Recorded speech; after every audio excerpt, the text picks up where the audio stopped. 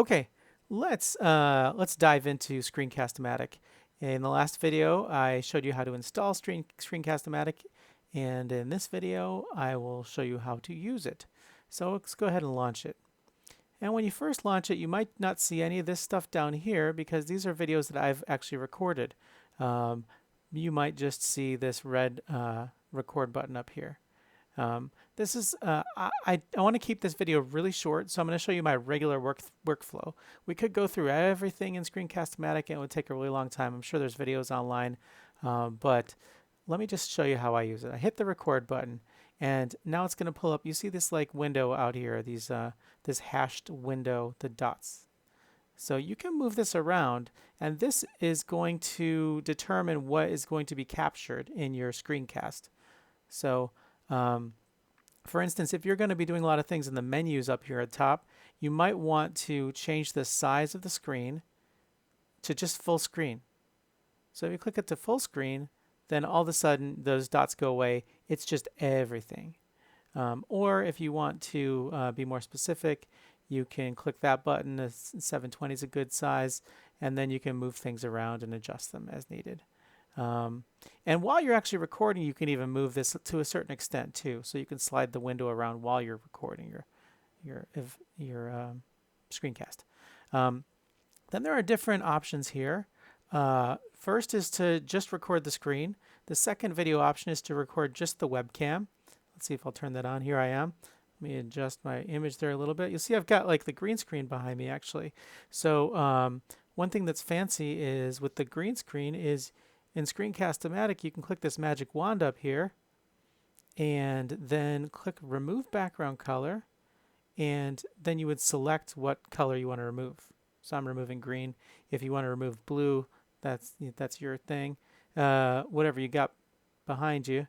And then you can adjust the tolerance to take out more or less. Clearly you don't want to take out too much. You see my face is kind of going away. But now right about there looks good. So we'll click OK. So if I was to record now, I think it would just put a black background behind me when I'm recording. I'm not sure that you can change that color, but what I usually do is I click this both button, and that records both your video down here, and which you can click and drag and move around, and also your screen here. So you kind of look like a little floating head, and it's nice because it's not obstructing the graphics too much. When you now in the preview here, when you're recording, it'll just look like a green screen is still behind you. But once you're done recording, it'll extract the background. Maximum time, you could time yourself. So you say you want like a 15-minute maximum, you could do that. Again, we talked about size already. This is down here is where you would select your microphone, and if you if I would suggest reselecting your microphone, even if it's already selected, at least the first time. So if like this is my MPAL Bluetooth headset here, and when you reselect it, then run this auto adjust thing. I'll do it for now just to show you. So you click auto adjust and you start talking, and when you see this thing turn green, then you're done. So I'm talking and talking and talking. It's not quite ready yet, but there's green. Stop. Okay, now my audio is adjusted and it looks good.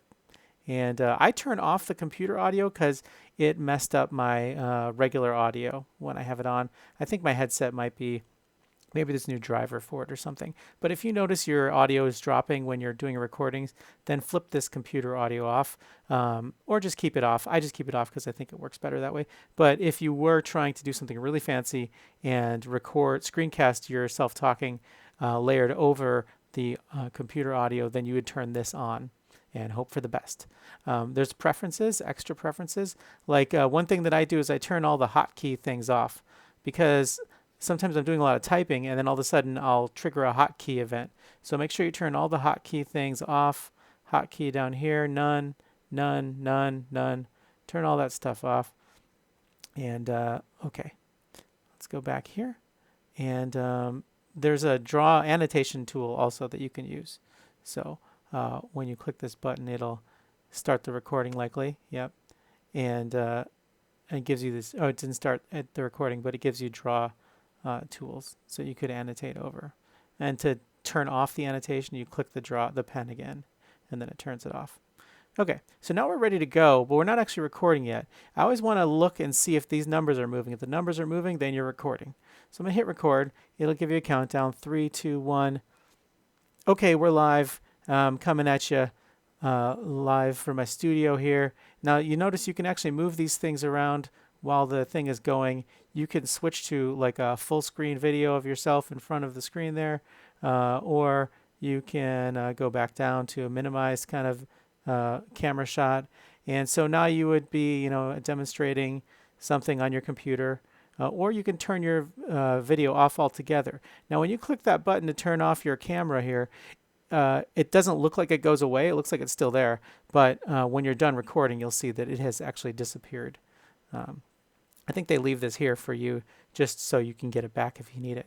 So I'm going to go ahead and pause the recording now, stop the recording. And now I could go like get some coffee or something like that. And then I could hit record and start again if I wanted to continue. Or if we're happy with that recording, then you click the done button. Now, when you click done, I have it set up to, and I think that usually is set up to just save and upload. So you're done at this point. You can just save and upload your file. Or if you want to edit your video, you can click the edit feature. I usually edit my videos down. So, you can cut out, like say there's a bunch of tools here. And again, I don't want to get into too much information here, but the ones that I use the most are cut, and I also use overlay, and I overlay a blur over like a password or something like that. So those are the two that I use the most. Or you can also insert a new recording from here. So if you forgot to say something, insert a new recording. You want to position your cursor where you want it done, and then like here's a cut, and for cutting you just whatever's red is going to get deleted. And you can adjust the front and the back of the cut there. Click OK, and it'll delete it. Or you can, like for instance, blur. Let me show you how to overlay a blur. It drops it on there. See, there's a little square here. You can adjust the size of the square to blur like your folders here, perhaps. And then down here, you can adjust, how long the duration of the blur is. So. This little magnifier here goes from big to little. So if you need to do like a closer edit, like zoom in a little, then you can zoom in or zoom out there. And what else? So then once you're done, you're happy with it, you click the done button. Okay, now we got our video, and I have two options here, save or upload to YouTube. Now, if you don't have the option to upload to YouTube yet, it's because you probably haven't added your account. So you click that plus button, and now you can link your Vimeo, your Drive, your Dropbox, your YouTube, all those accounts. I am not going to do that because I've already got a link to my YouTube. So I'm going to go ahead and go back to the edit, I guess. Hit done. Now typically I would just click upload to YouTube because these videos kind of take up a lot of room on your hard drive.